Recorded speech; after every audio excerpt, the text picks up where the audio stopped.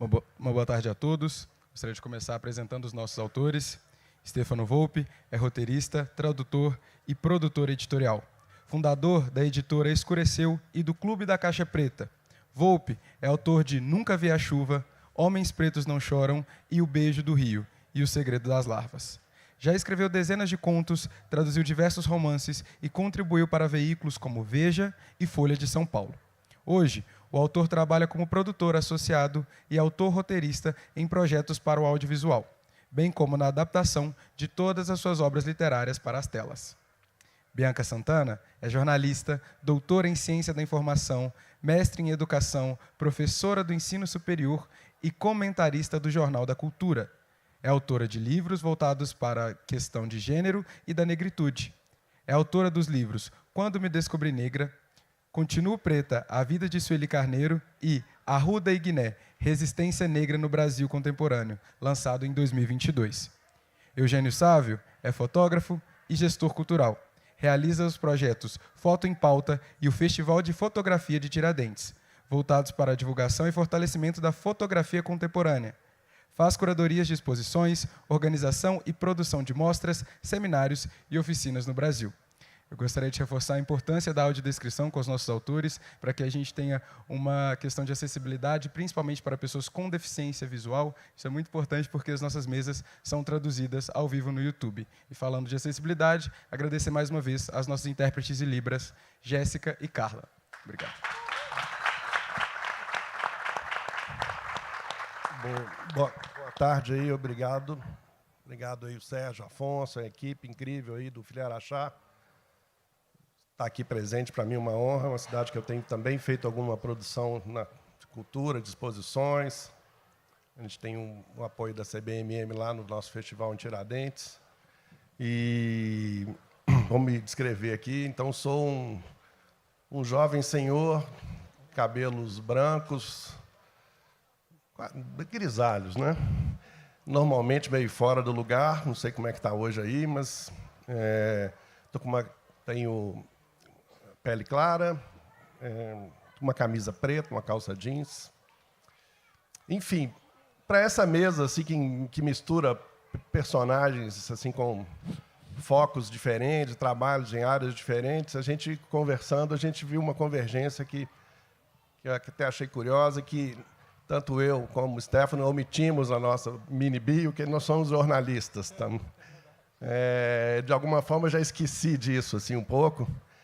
E a Bianca, que está atuando como comentarista, né? Então já é uma função também que não é desse campo talvez em função de uma inquietude nossa, de nós três, assim, diante do mundo, diante da gente mesmo, da vontade que a gente tem de transformar, de olhar para o mundo, de contar histórias.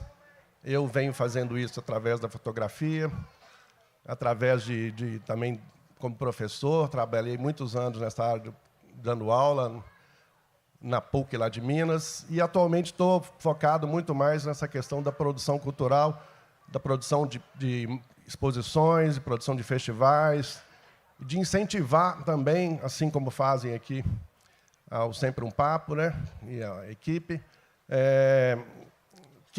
que os autores possam produzir pensamentos sobre o mundo que a gente está fazendo. Então, eu até trouxe aqui um livro que é de uma exposição que a gente produziu o ano passado, chamado Outros, que tem uma ligação um pouco aí com uma relação, uma brincadeira com a psicanálise, que é uma coisa que também me interessa, e os curadores que trabalham comigo também. E uma trilogia que a gente fez para pensar nessa relação do fotógrafo, da fotógrafa, com esse mundo que a gente vive. A gente está olhando para o mundo de forma a pensar em transformações, outros pensam nessa relação ética que precisa existir entre quem está com a câmera, segurando uma câmera e olhando para o mundo. Mas que mundo é esse que a gente está querendo olhar? Que mundo é esse que a gente quer descobrir? Com que ética que a gente quer trabalhar olhando esse outro? E esse outro não é só restrito aos retratos, esse outro pode ser a natureza, esse outro pode ser o micro-organismo, os animais. Então, assim, essas curadorias nossas, né, a gente fechou esse ano com uma exposição chamada Estética da Terra, para também olhar para a Terra, para o mundo, para as questões que estão acontecendo, a Terra se apresentando para nós. Tem uma história que eu acho muito legal, que a gente não conseguiu colocar nessa exposição, era um casal que se dedicou a filmar e fotografar os vulcões. E que faz imagens incríveis. Tem até 2 filmes foram feitos. É um casal de franceses, eu não vou me lembrar o nome deles aqui agora.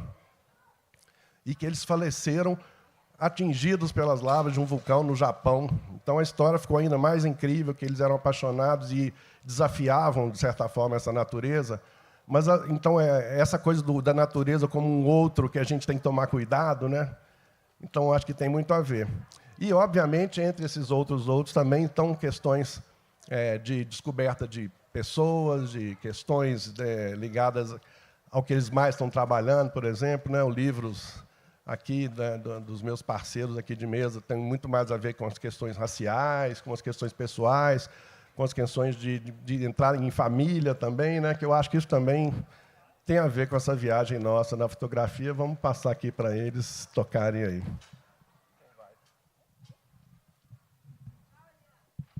Boa tarde.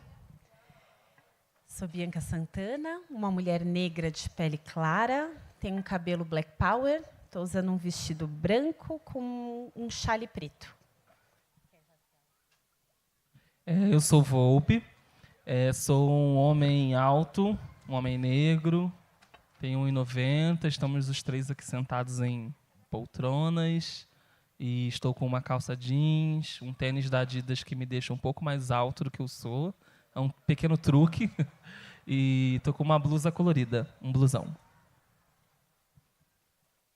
Eu vou pedir licença para ler um trecho aqui do Arru de Guiné, Resistência Negra do Brasil Contemporâneo, porque enquanto você falava sobre esse outro natureza, e pensando no racismo ambiental que tem sido tão debatido, e nessa conversa que tem costurado muitas mesas sobre as nossas avós, eu lembrei de um texto que eu tenho aqui, chamado Minha Avó Plantou o Brasil, publicado na revista Gama, em 23 de fevereiro de 2022. Em 23 de fevereiro de 2022, minha avó Pulu faria 103 anos, ou 107, porque ela não sabia se tinha nascido em 1915 ou 1919. No registro, a data a comemorar era o 24 de fevereiro, mas depois que eu nasci, em 23 de abril, ela adotou o 23 também.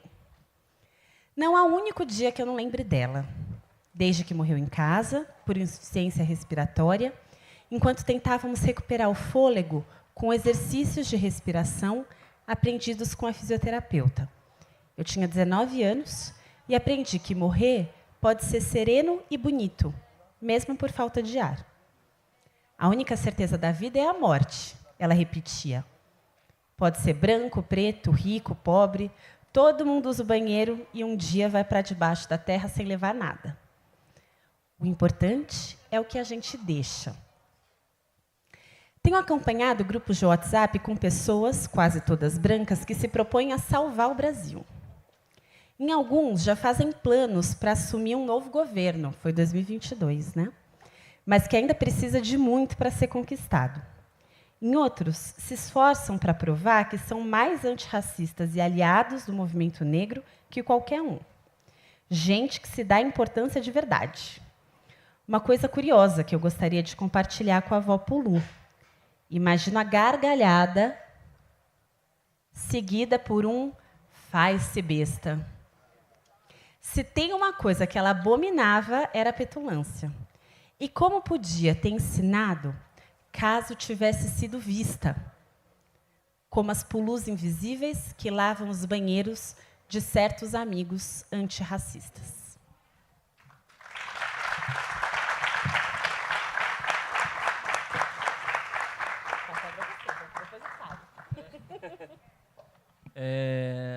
Uau.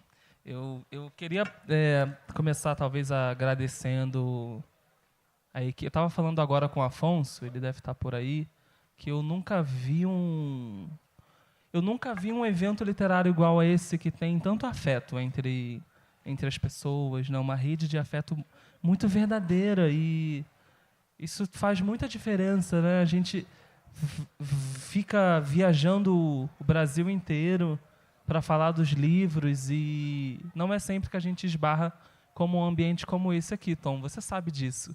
Então, estou muito feliz de estar aqui. Minha primeira vez aqui na cidade, em Araxá.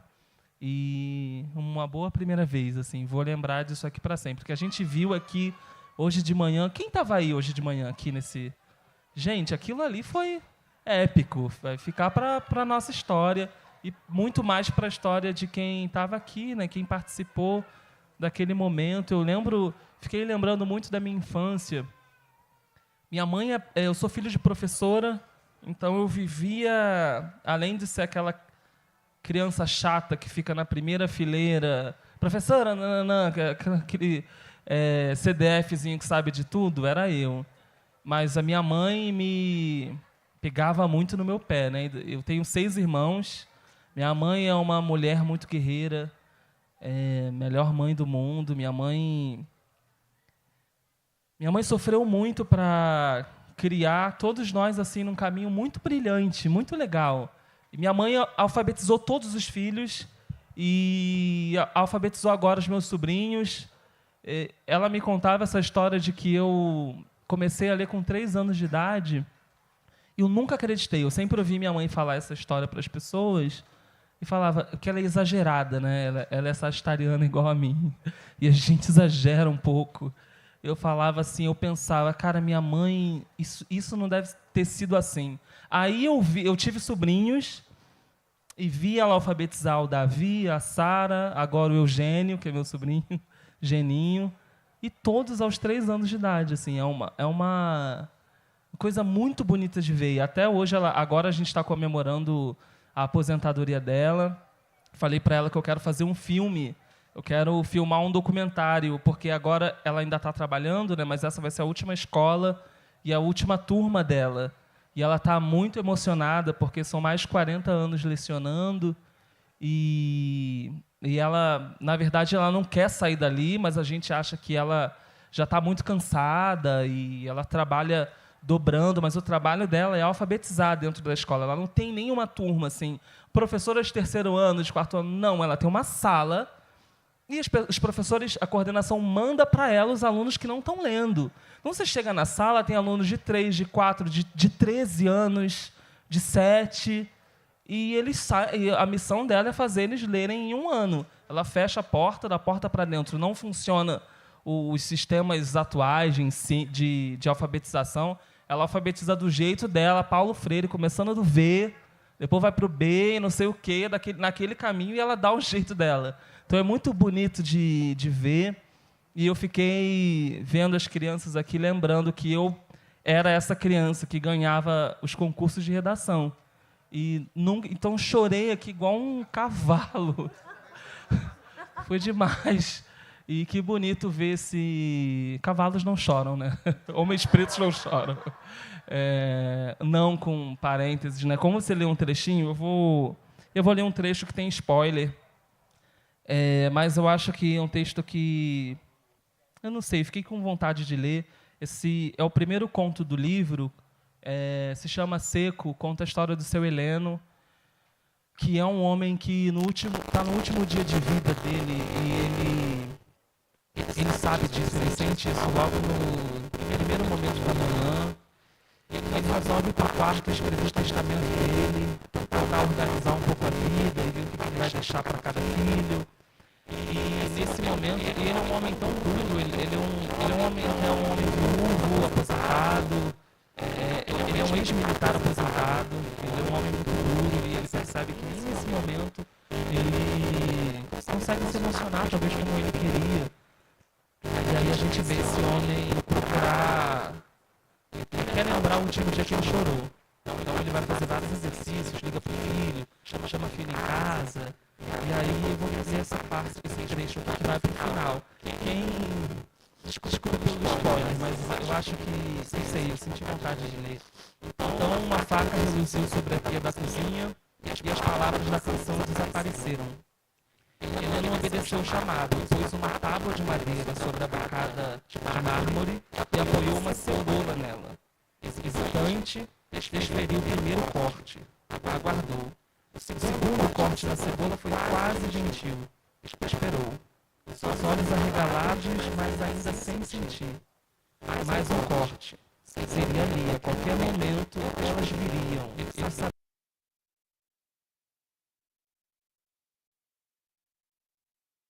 O filho tinha razão, ele nunca saberia. Mas voltou a cortar a cebola. Cortou outra vez, mais uma. A cebola reclamou dos golpes cada vez mais fortes e descuidados. Os olhos angustiados do homem transformando-se em nuvens de desespero, ódio. Cortou a pele, cortou os dedos. Um pequeno jato escarlate esguichou em seu rosto, calou a dor, cortou em golpes intensos e repetidos, até picotar toda a mão. A faca caiu, perto dos olhos, respingos de sangue escorreram feito lágrimas, o mais perto que ele poderia chegar. 1, 2, 3, Heleno. Então a morte saiu debaixo da pia da cozinha e descolou a alma do corpo sobre uma poça de sangue. Você falou de morte e de vida, né? Então, pela primeira vez eu contei um spoiler de algo que eu escrevi.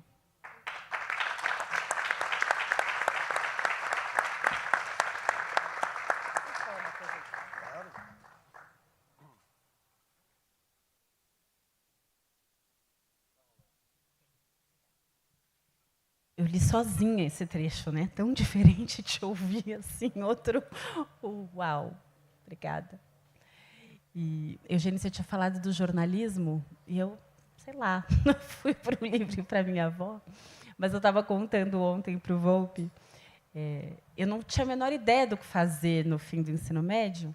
E a Joana, que era bibliotecária da escola onde eu estudava, ela me chamou um dia e falou: Bianca, você é enxerida, intrometida, gosta de ler, de escrever, por que você não faz jornalismo? Olha, que boa ideia. Né? E aí eu fui fazer jornalismo e ciências sociais. Porque eu acho que essa coisa do jornalismo, a gente quer saber da vida dos outros e contar para todo mundo. Né? Então, isso de ser muito fofoqueiro, fofoqueira, e fazer isso nas várias linguagens, me parece algo comum entre jornalistas, e mesmo que isso seja para falar de morte. Né? Oh. Mas o Volpe, ele fala muito dele mesmo, né? As histórias dele estão muito dentro dos contos, né? É legal ele falar do livro, que são uma coletânea de contos, né? Que foi feito na pandemia. E a maioria inspirada em pessoas duras, né? Em relações duras, por isso tem esse choro aí, ou não choro. Conta um pouquinho desse livro para a gente. Eu perdi meu pai na pandemia, em 2020, e eu estava escrevendo e tentando lidar com essa emoção. Falar do meu pai ainda é muito difícil para mim, mas meu pai ele me inspirou a escrever pelo menos a abrir essa caixa. E meu pai, eu nunca vi meu pai chorar. Até então eu nunca... Sabe que eu descobri esses dias que eu sempre escrevi sobre a morte. A morte me interessa muito como essa coisa que é a única certeza que todo mundo aqui tem, né? A gente está aqui falando de tantas coisas, mas a única coisa certa é que todo mundo vai morrer. E como que a gente lida com isso, né? Por que a gente não fala? Por que a morte para a gente, pelo menos aqui, ocidentais, a morte segue esse arquétipo do pânico, né? Uma coisa como uma foice, que eu não quero estar perto. E então a gente não aprende a se preparar para morrer, para lidar com a morte de um ente querido. A gente não celebra a morte, né? Imagina, essas palavras não combinam. A gente não entende a morte como uma passagem. A gente não fala sobre, a gente não elabora. E aí, quando vem, pega a gente de surpresa e como é que faz, né? Então, eu me senti muito assim. Eu sempre tive medo de ir em velórios. Eu nunca fui... O velório do meu pai foi a primeira vez que eu vi uma pessoa morta. Porque eu tinha... Inclusive, eu perdi amigos. Eu fui crescido na Baixada Fluminense, no Rio de Janeiro, uma cidade chamada Duque de Caxias, que Tom conhece bem.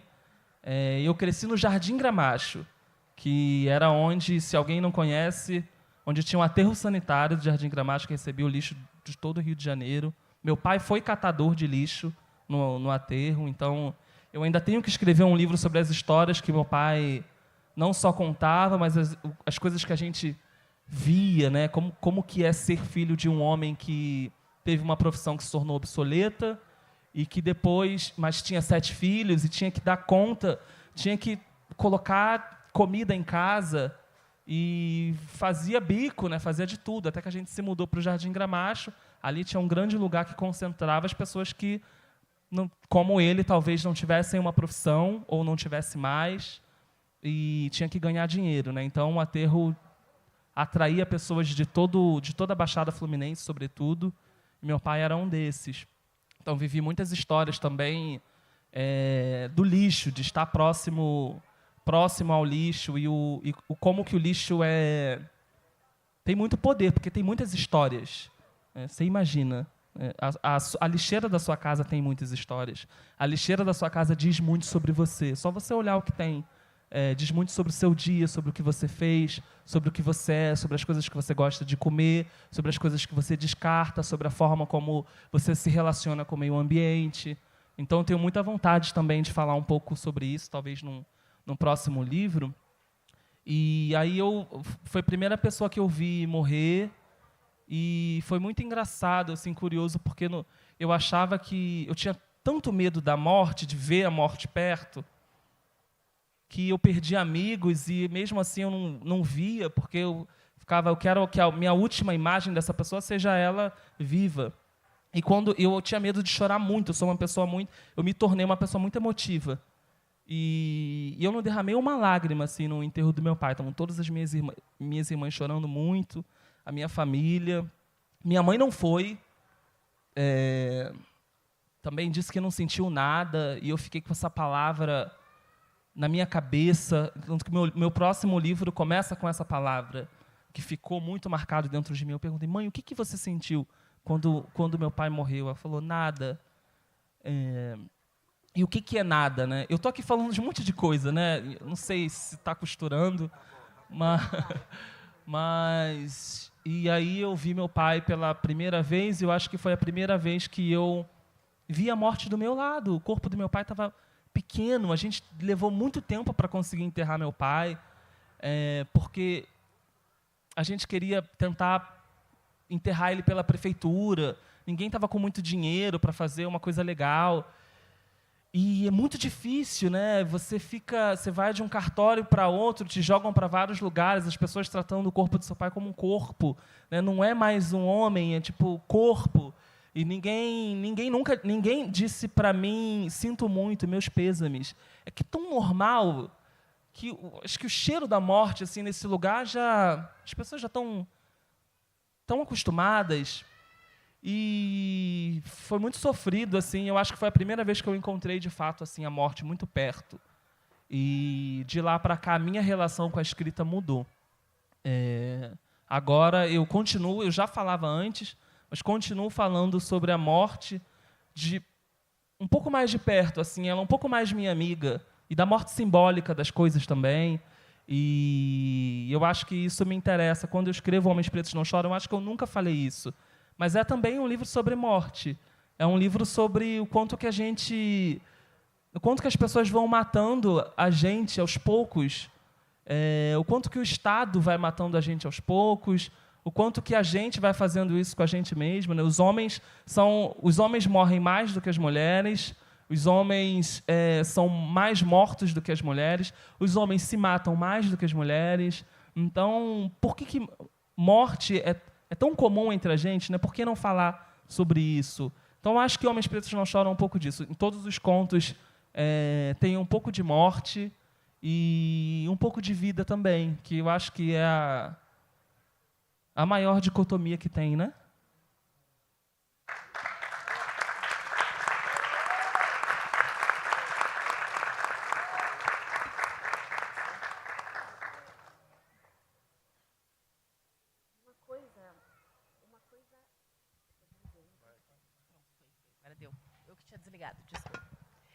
Uma coisa é a morte natural que chega para todo mundo. Essa a gente sabe que vai vir e a gente espera que seja tardia.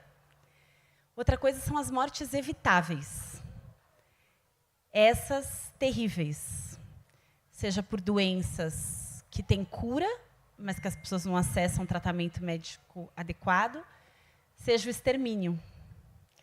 Eu não sei se vocês viram os dados mais recentes de análise de dados de homicídio no Brasil. Entre janeiro de 2012 até o final de 2022, então 10 anos, uma pessoa negra foi assassinada a cada 12 minutos. É um número superior ao número de guerra, né? É um número muito elevado.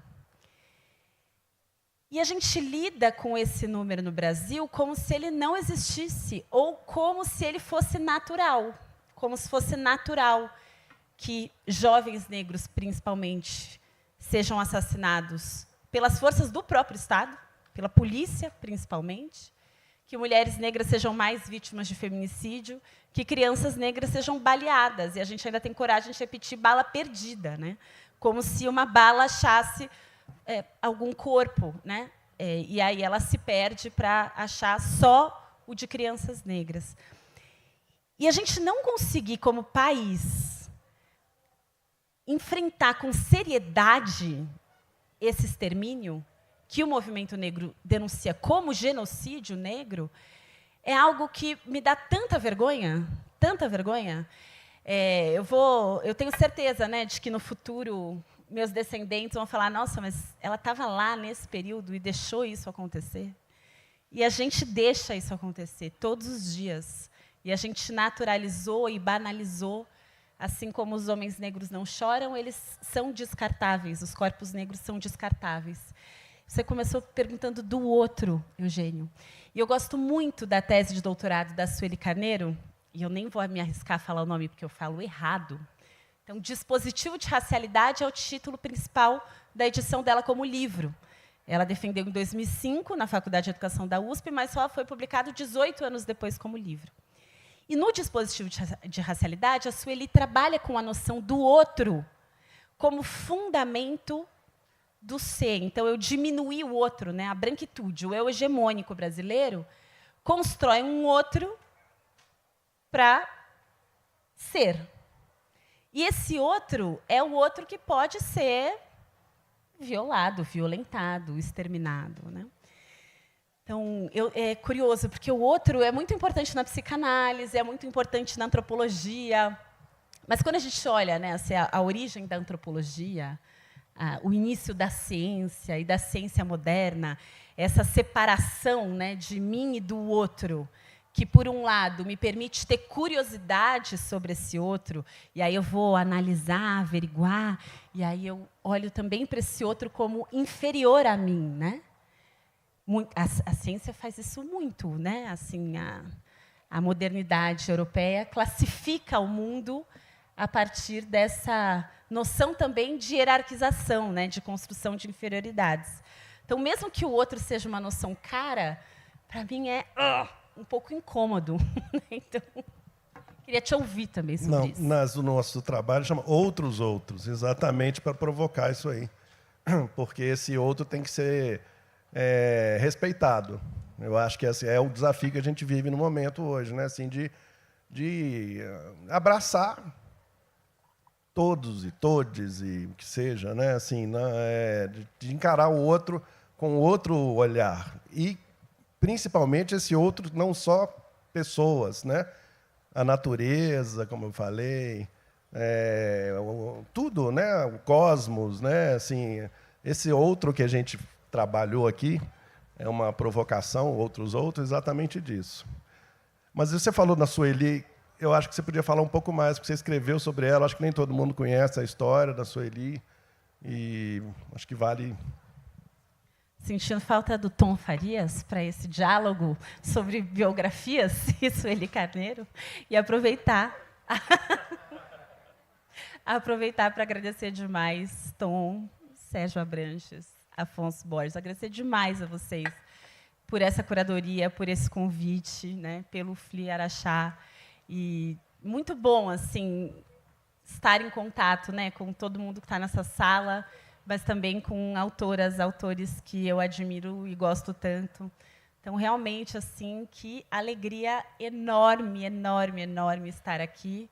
E é um sopro de vida e felicidade, né? Assim, dias duros, difíceis, a gente conseguir se nutrir, se olhar nos olhos e seguir, né? Seguir nesse país que precisa tanto de literatura, que precisa da gente vivo, né? E para a gente estar vivo, a gente tem que ter alegria, a gente tem que ter prazer. E poder compartilhar desse momento com vocês é, de fato, muito importante. Eu gostaria muito de agradecer.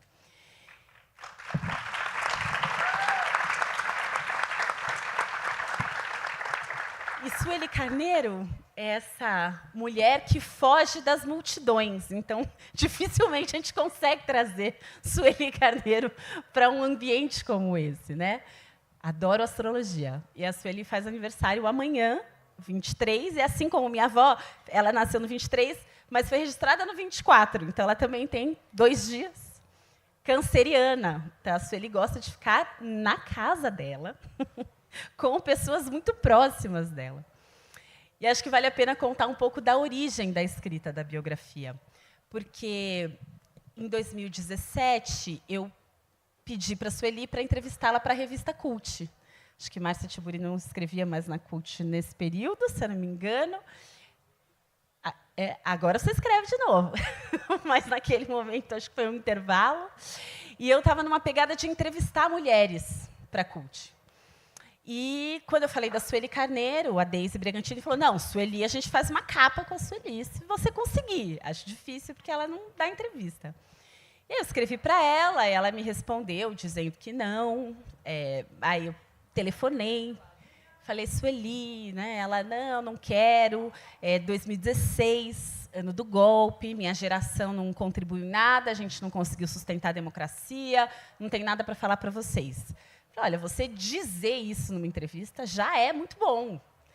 E essa entrevista seria a capa da Cult, que é uma revista ainda impressa, ainda distribuída no Brasil todo. Já naquele momento, em 2017, não era trivial, né? já tinha pouco. E você sabe a importância disso melhor do que eu. Eu aprendi a importância de ter uma mulher negra numa capa de revista no Brasil todo com você. Então, não sou eu que vou argumentar. Ela, tá bom, tal dia, tal hora, vem, Guilherme, que eu te dou essa entrevista. Brava, brava, brava. Me acusa de manipuladora ainda hoje. Logo eu, que horror. E aí a gente fez a entrevista, e ela o tempo todo, porque eu não confio em jornalista, porque vocês distorcem tudo, porque vocês fazem tudo muito mal. Tá ótimo, Sueli. Vamos lá, primeira pergunta, né? Quando saiu a entrevista, acho que ela gostou muito do resultado, porque a Sueli, ela fala muito bem, ela tem um pensamento muito nítido, então eu realmente precisei editar muito pouco. Eu praticamente transcrevi e escrevi um abre, porque o pensamento dela é assim, linear, né, translúcido. E aí, por ela ter gostado da entrevista, ela começou a me tratar com um pouco mais de abertura. Um pouco mais. Porque eu tomo muita bronca diária, né, da Sueli, mas ela começou a me tratar bem. E quando a gente se encontrava nos eventos, sempre tinha alguém que dizia, Bianca, por que você não escreve uma biografia da Sueli? Gente, por que não? Né? Se eu fiz uma entrevista com ela numa revista, a Sueli escreve, se ela quiser uma autobiografia, ela escreve. A Rosane Borges já tinha publicado um perfil biográfico da Sueli. Não era uma coisa que estava no meu horizonte. Apesar de amar ler biografias, eu não pensava em escrever uma biografia. E eu já tinha publicado Quando Me Descobri Negra, e devia um livro para a Companhia das Letras. Era um livro de contos que nunca existiu, que possivelmente nunca existirá. E a minha editora, na época, a Rita Matar, que hoje é minha editora na Fósforo, a Rita, a gente tinha uma relação boa, próxima, e aí, naquele 14 de março de 2018, quando Marielle Franco foi assassinada, que imagino que na vida de todas as pessoas dessa sala tenha sido um marco de muita dor e transformação, mas na minha vida foi realmente muito profundo. E, pela primeira vez, desde os 16 anos, eu parei de trabalhar. Assim, fiquei um tempo sem trabalhar. Nada do que eu fazia tinha sentido mais naquele momento. Eu achava que eu precisava de um tempo. Que eu tinha acreditado, né? As mulheres negras da minha geração, a gente tinha acreditado que a gente era bem-vinda para se somar a esse país que queria ser cada vez menos racista, misógino, desigual. A gente tinha acreditado nessa promessa. A Marielle Franco, que nasceu na Maré, que acessou a universidade, que chegou ao mestrado e que foi eleita vereadora no Rio de Janeiro, não foi protegida de um assassinato muito violento. Então, para nós, foi uma mensagem muito evidente de que não éramos bem-vindas, não era com a gente, e não era isso. Eu achava que eu precisava de um tempo. E eu fui cancelando todos os compromissos com e-mails, assim, fui pedindo demissão de coisas, encerrando projetos, e um dos e-mails foi para a Rita. Rita, não vou mais escrever o livro. E ela, não, calma, vamos almoçar. Aí a gente foi almoçar, ela escreve outra coisa. Eu falei, não quero escrever outra coisa. Não, mas vamos pensar, muda o projeto. Por que você não escreve a biografia da Sueli? Eu falei, cara, até você? Aí eu mandei um e-mail, Sueli, é você que quer que eu escreva a sua biografia? Porque todo mundo dá essa ideia, é uma coisa sua. Ela, não, vem aqui na minha casa para a gente conversar. Aí a gente conversou sobre tudo. E aí eu estava precisando ir embora. Eu falei, Sueli, mas e a biografia? Eu escrevo ou não escrevo? Ela, depende. Você quer escrever essa biografia? Quando ela fez essa pergunta, eu entendi que ia ficar na minha conta. Eu respondi, sim, eu quero. E aí, toda vez que deu problema no caminho, ela falava, mas quem quis escrever foi você.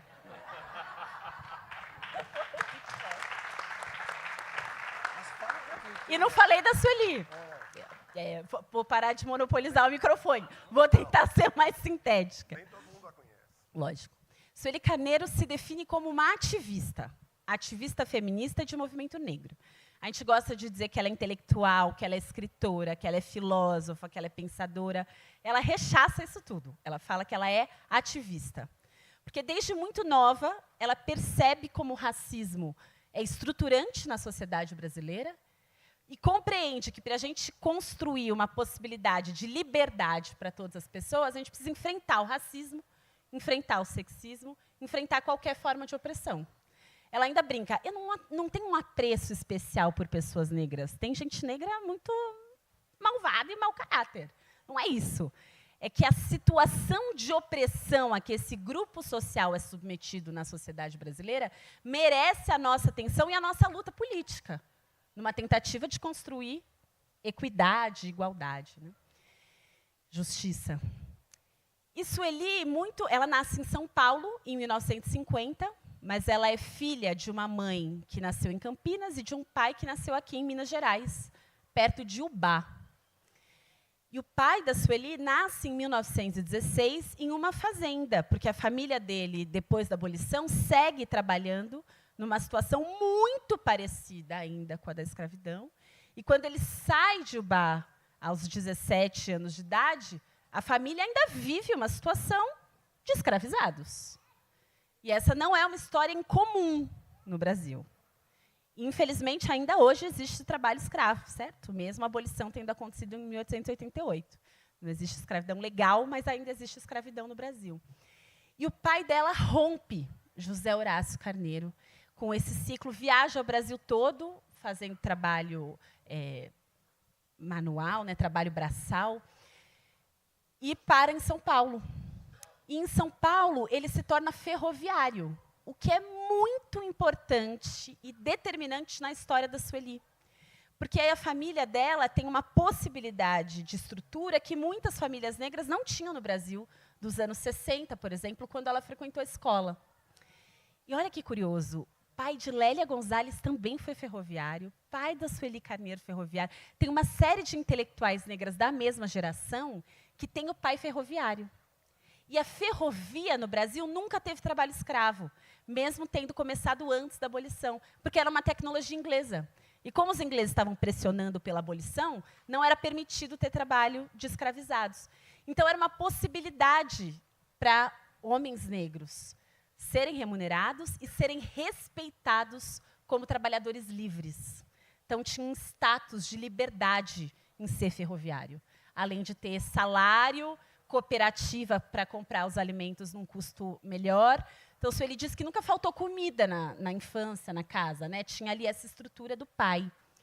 E uma mãe que tinha sido costureira, no Bom Retiro, em São Paulo, e contava que, na infância, né, ela saiu de Campinas depois da morte do pai, para morar com a família que já vivia em São Paulo.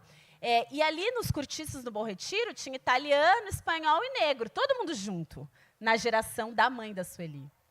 E aí a Sueli se interessa muito por entender o que aconteceu, que a minha família sai do Bom Retiro e vai para a periferia, e as famílias dos italianos, os espanhóis, os judeus ascendem socialmente. Então, ela se interessa muito por pesquisar raça também a partir do olhar para a família. Quando ela termina a escola pública, o ensino médio, como a gente diz hoje, ela fez científico na época, e a foto que a gente escolheu para a capa da biografia, o Continuo Preto, é uma foto de uma sala de aula na década de 1960, com um monte de adolescente branco e uma menina preta. Quando eu olhei essa imagem pela primeira vez, eu falei, nossa, parece assim, fim da segregação racial nos Estados Unidos. Porque a gente tem essa imagem, né? Os Estados Unidos têm segregação, não a gente. Mas uma escola pública brasileira na década de 1960 era branca. Tinha uma menina preta naquela sala e em várias outras, né? A educação não era para nós. Quando Sueli termina o colégio, então, né, o científico, aí ela vai procurar trabalho e não acha, pela boa aparência. E não à toa ela começa a escrever sobre a boa aparência.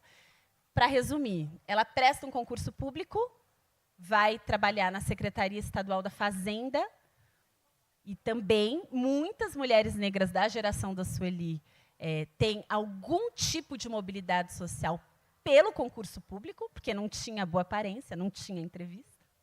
A minha mãe sai do emprego doméstico porque presta um concurso no mesmo período e vai trabalhar na Secretaria Estadual da Saúde.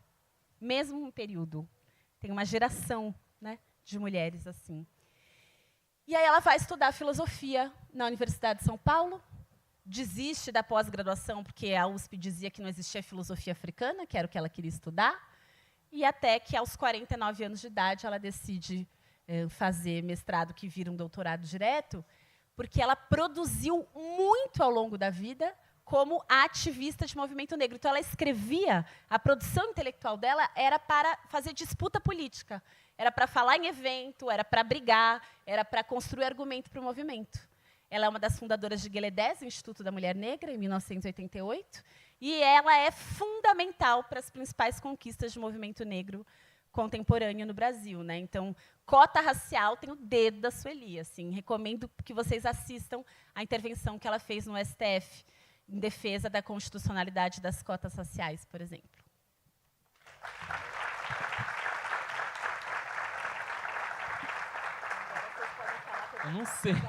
Eu não sei o que falar depois disso. Do lado de uma pessoa que escreveu a biografia de Sueli Carneiro, ouvindo falar de Sueli Carneiro, sentado na cadeira que Conceição Evaristo sentou de manhã. Tipo assim, o que eu estou fazendo aqui? Acho que talvez tenha alguma coisa para falar do jornalismo, né, que a gente está falando um pouco, e a minha formação... Eu acho que você pode comentar também do audiovisual na sua obra, que é muito relevante, eu acho. Assim, né, é um caminho que você está trilhando. Tá bom. Completando um pouquinho do jornalismo, eu descobri a Educafro em 2008. Temos a Educafro em comum em algum momento da vida.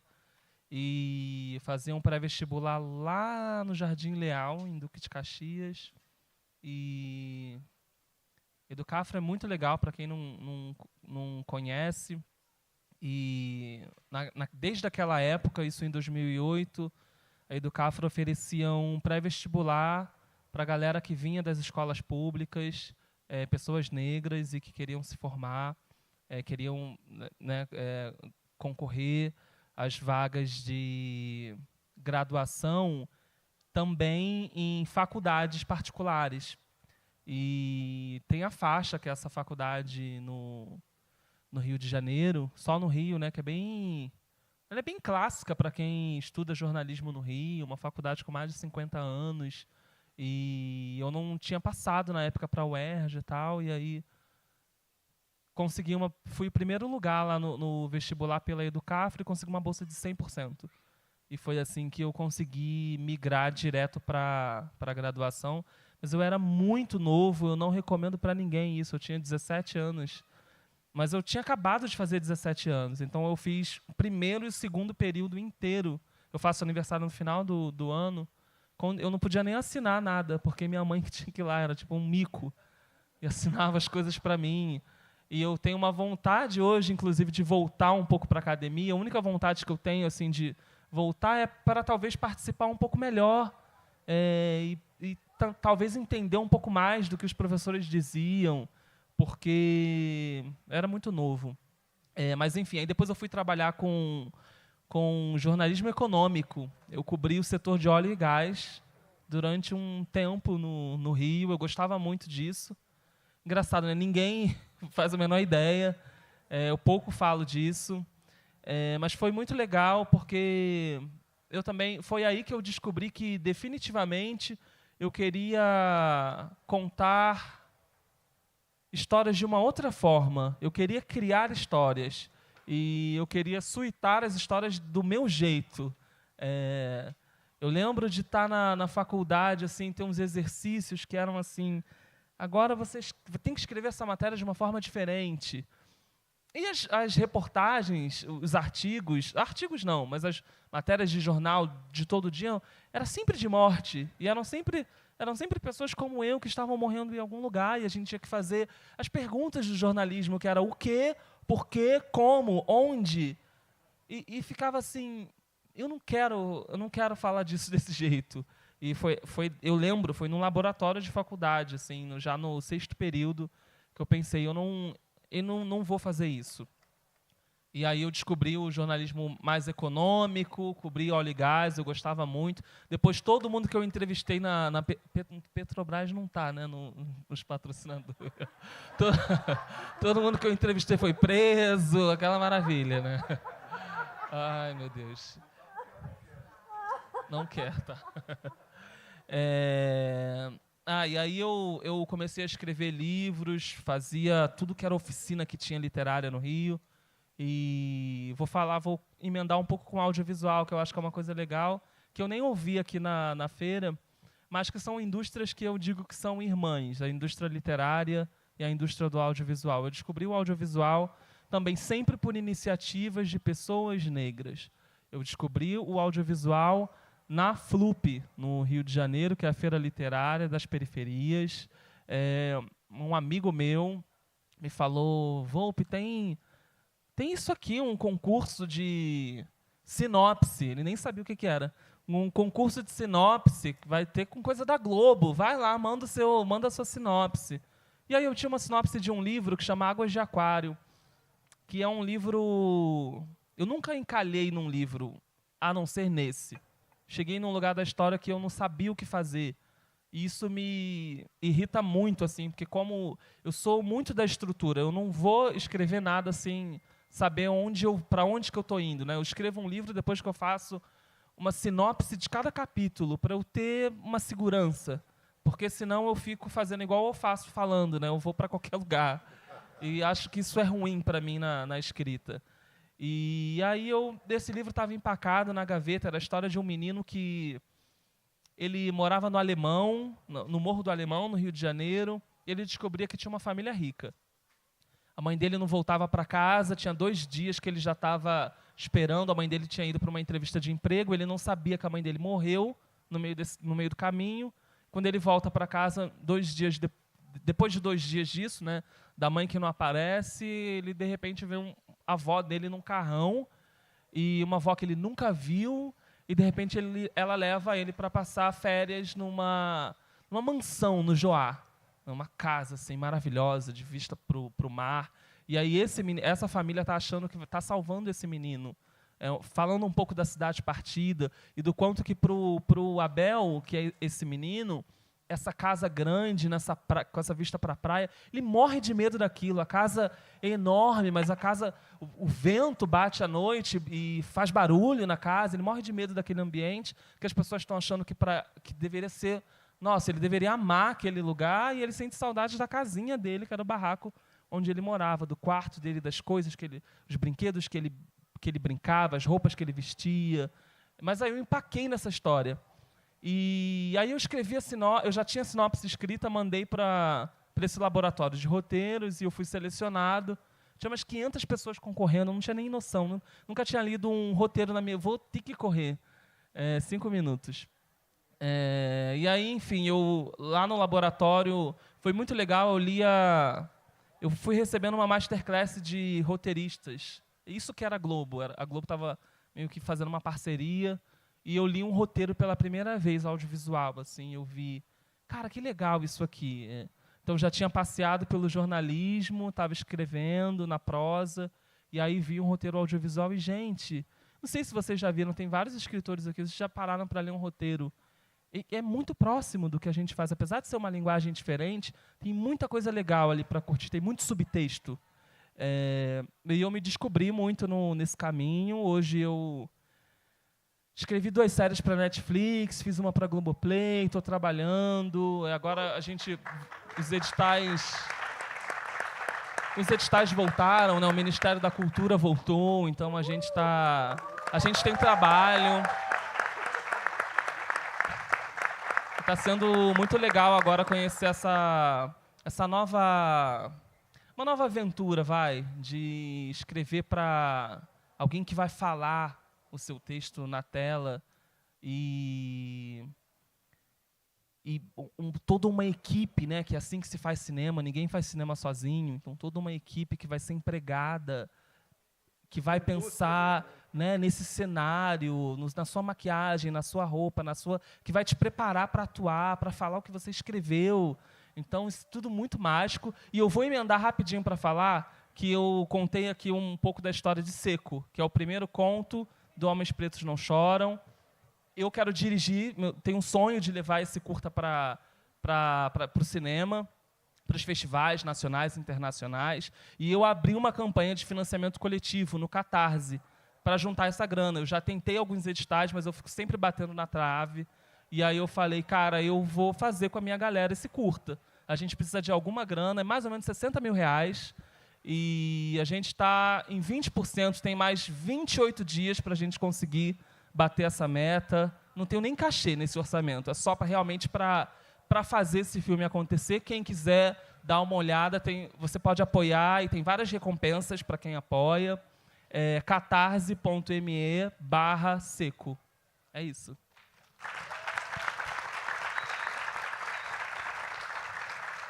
Bom, eu acho que a gente podia encerrar você falando do seu livro aqui, só para as pessoas que quiserem encontrar com você ali fora, saber do livro. Foi uma surpresa boa. Ontem, no fim do dia, eu me dei conta de que o meu livro infantil está na livraria. Eu não sabia. Não sabia. Que é Diálogos Feministas, Antirracistas e Nada Fáceis com as Crianças. Obrigada, tá ali.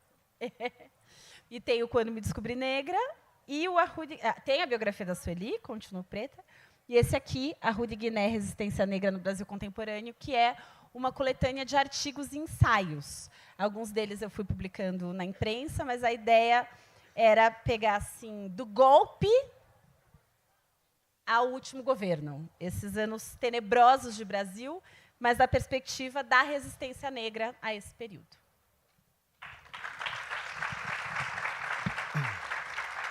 Bom, gente, então é isso. Vamos agradecer aí mais uma vez a equipe aí do festival por nos receber, por promover esse encontro. Espero que vocês continuem aí curtindo. Quem quiser conhecer o nosso projeto de fotografia, no Instagram, @fotoempauta. A gente faz exposições, faz um festival. Vamos estar aqui em Araxá de novo, fazendo uma exposição em um segundo semestre. Obrigado.